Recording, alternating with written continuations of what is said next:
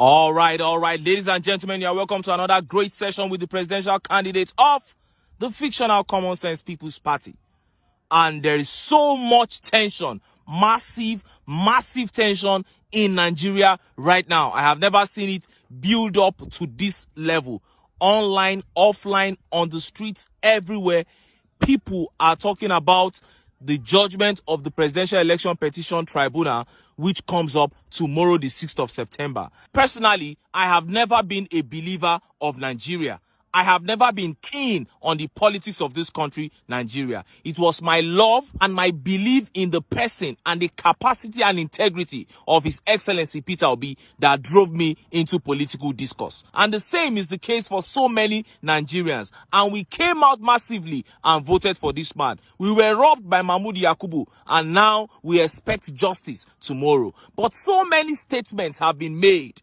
So many statements have come out of different quarters that suggest the direction that the tribunal judgment will go. From all indications, it looks like the Constitution of Nigeria is about to be turned on its head by the judiciary themselves, people who should uphold the Constitution. And they know that if they do this, it will not please the people. And they expect the people to protest. That is why police, military, and DSS came out to say they heard that people are planning to protest and that they have banned all forms of protest. They didn't hear anything. It's because they know what they are about to do, and that is why they are already talking about banning protests. And look at how the people reacted. This tweet says, so they already plan to subvert justice. Why are they warning against protest? Anyways, hashtag all eyes on the judiciary. This tweet by Emo Obosan says, they already know the judgment. See, Nigerians of good intentions. I don't think you should expect anything positive. Oh, what a shame. And this tweet by Dr. Kennon says, Thunder should shut those mouths of theirs. They have no right to stop protesters in a democratic government. How can you stop protesters in a democratic government? And this tweet says, no amount of threat can stop the protest should the judiciary be compromised on Wednesday. NSAS will be a child's play. Nigerians cannot be intimidated. The world will be aware on Wednesday of APC intending democratic coup in Nigeria.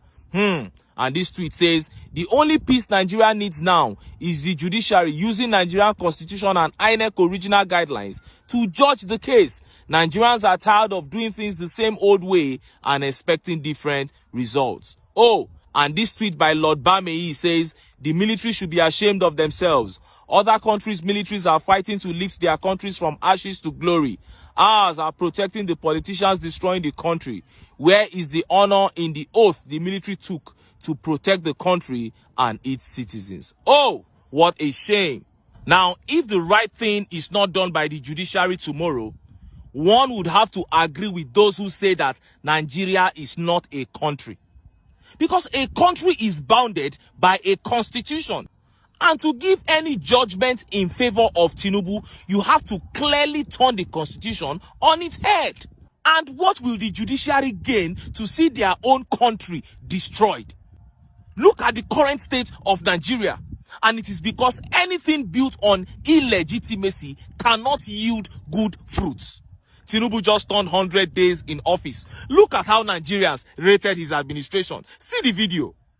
I rate President Tinubu 4/10. I'll be rating President Tinubu 0.5/10. Shugaban kasa Bola Ahmed Tinubu rating zan baka yanzu shine 3/10. I rate President Tinubu 0.5/10. I'll rate Baba 5/10. On a score of 1 to 10, I will give him 2/10. So far, I'll rate President Tinubu a 5/10. I rate President Tinubu's administration 1/10. I'll rate President Tinubu 6/10. I'll rate President Bola Ahmed Tinubu 2/10. I'll rate President Tinubu 4/10. I'll rate President Tinubu 2/10. I will vote him 4.5/10. I rate President Tinubu a 3/10. I'll rate him 5/10. I rate President Tinubu Bola Ahmed Tinubu 2/10. I will rate President Tinubu 2/10. I will rate President Tinubu 4/10. President Tinubu, I will rate you 5/10. I would rate President Tinubu 2.5/10. Even for the rich this time around, some of them, they are affected because we're meant to understand. They don't bring their cars outside. It's about someone that's like On a 50K salary, now by the time you take away transportation cost, what do you have left? We're barely surviving, like we're even managing ourselves to survive. So your life has been tough. It's as if the poor are not breathing. You heard that? So pathetic situation for the poor. And I wish that the common man in the north, south, east, and west would see that this battle is not between Yoruba and Igbos, that this battle is not between Christians and Muslims. It is between the poor and the rich. It is between the elite and the common man. Because when these guys are up there sharing money amongst themselves, they don't let tribe come in between them. But when it comes to us fighting for what rightfully belongs to us, we begin dividing ourselves along tribal and religious lines. Why? If we can come together as a people, stand in unity, and begin to hold government, judiciary, and legislatures to account, the problems of this country will be solved. And tomorrow is another day that many Nigerians have vowed that if the judiciary does not do the right thing, they are going to come out and begin to oppose them. And what is going to happen? Are we still going to have the military, who are suffering like the common man, come out to attack the common man if things don't go their way and they decide to protest? Is the police, who is suffering like the common man, still going to be used as a tool to oppress the common man when they begin to demand justice from the judiciary? The oath of loyalty that was taken by the police, that was taken by the military, was to the Federal Republic of Nigeria, not to any individual. And look at this tweet by 99% oppressed. He says, based on obvious evidence before us, Peter Obi will not be declared winner on Wednesday, September 6, 2023. The corrupt judiciary will uphold Tinubu's stolen mandate by setting aside many of Peter Obi's prayers and using technicalities. Justice Mary Odili has... Who gave us this name? As a person, whenever I go out and I see on my green passport, Nigerian, my father was not born in Nigeria. My father was born in Yoruba man. So, if Lady Shaw, the mistress of Lugard, gave us that name, it was not out of good intention. It was malafide. Nigeria means Niger area, Negroes.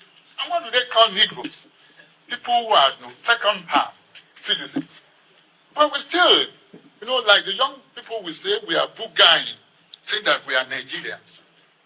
That's why he has called us together. He said, Nigeria, building a new Nigeria.